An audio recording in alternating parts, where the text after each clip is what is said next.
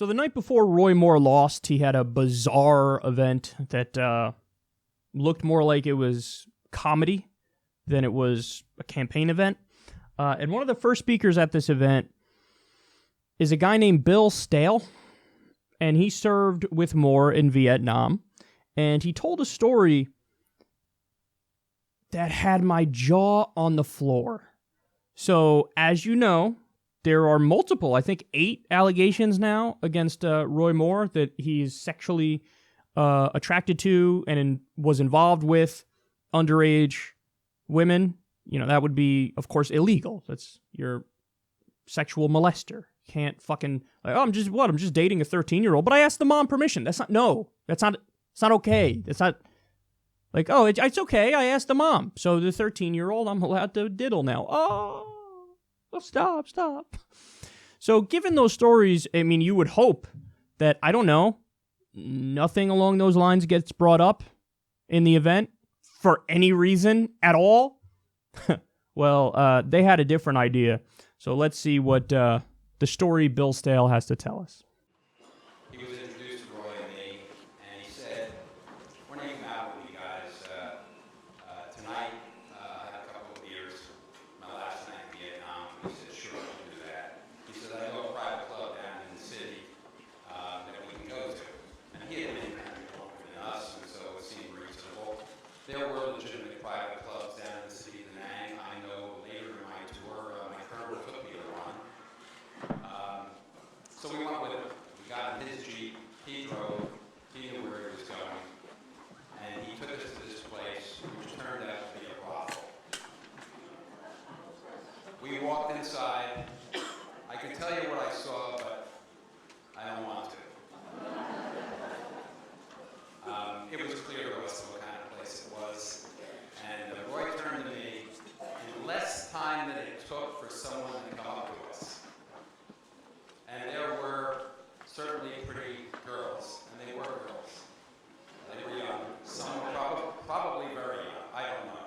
I don't remember that. I wasn't there long enough. Roy said to me, "We shouldn't be here. I'm leaving." Or words to that effect. In fact, I think those were his exact words. And I said, "Roy, I'm with you." I said, "What do we do with the other guy?" And he said, "Well, if he stays on his own." So we went up to him and we said, "Hey, let's get out of here. We're going back." He said, "No, it's my last night in Vietnam. I'm staying. I can get a ride back. Take my Jeep." And we did. Roy and I took his Jeep. We drove back to the base camp. The guy didn't return the next morning, by the way. I saw him drive back on the motorcycle. And that was Roy. That was Roy. That was Roy. Honorable, disciplined, morally straight, and highly principled.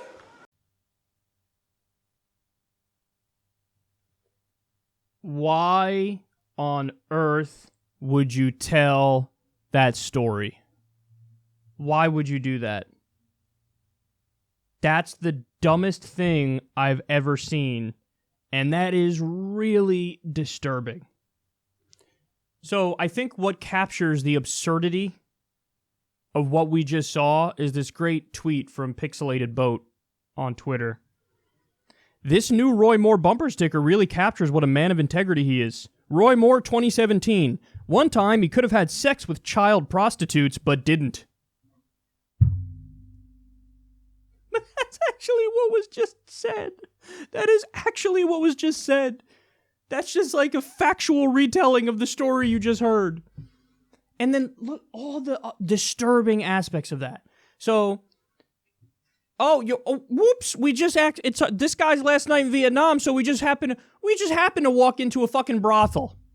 Whoops, so what were you think you were going to the city for? To fucking pick apples?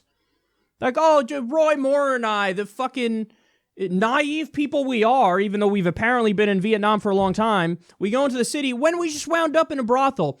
There were very pretty girls there, he said. There were pretty girls there, he said. Some of them young, some of them very young. He's like, but it's okay, because me and Roy, we left. But the other guy stayed, and then he showed up the morning after, and the audience is laughing. One of the other U.S. soldiers fucked a child. Isn't it hilarious when we offensively invade a country that didn't attack us and massacre 1 million civilians and then fuck kids when we're there? We're so moral. Roy Moore 2017. So he tells the story. He's like, yeah, the other guy came back the next morning. So you have a pedophile in the ranks fucking kids in Vietnam, and you didn't think maybe to fuck it, let me drag this fucker out of here. No. Whatever. Man's got to do what a man's got to do. He's a free man. He can fuck kids if he wants. No! So at the very least, you witnessed pedophilia and did nothing about it in Vietnam. But why? To tell that story is mental. I mean, think about it in any other context. Like, you're accused of a horrific crime as as a candidate, and you tell a story about, well, one time I was with somebody else who committed that horrific crime, and I knew he was going to do it, but I left, so I'm clear. I know that you guys are accusing me of murder, but listen, me, Craig, and Jim went to go murder the guy, and then it was Jim who murdered him. I left. I said, I'm highly principled and moral. So I'm gonna leave now. What? What the fuck? Oh my God. And by the way, I don't believe this guy at all. Of course I don't believe this guy. In fact, I had never thought about that angle of it. Oh, Roy Moore was in Vietnam, and, sure, I guess in that situation, he could have gone to brothels. He could have gone to brothels with kids at them and fucked kids there. I never thought about that. Now this guy tells a story and I go, oh, that's definitely what Roy Moore did when he was in Vietnam. 100%. 100%. Oh my God. Again, I can't believe he lost. I can't believe Roy Moore lost. You would think that everything was going so smoothly with his wife saying, we don't hate the Jews. I have a Jew lawyer. And this guy saying, hey, listen, man, everybody accuses Roy of being a pedophile. But I was with him, and we were about to fuck kids, but then he said, you know what? I don't want to fuck a kid today.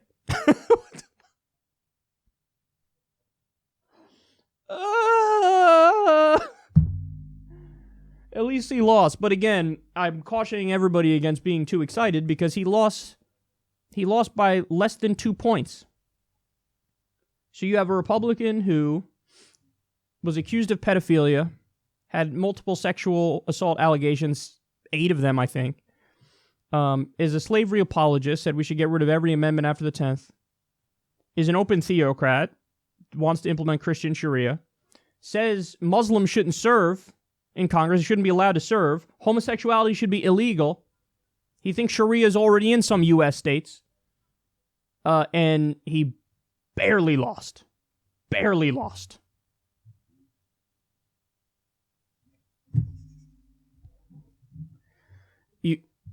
I often think about how history will judge the U.S., during our reign as an empire.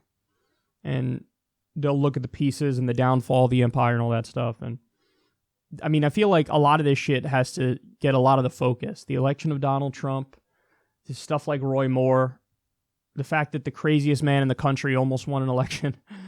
Yeah, it's just scary and weird and gross. And after watching that story, I want to take a shower and get away from everybody.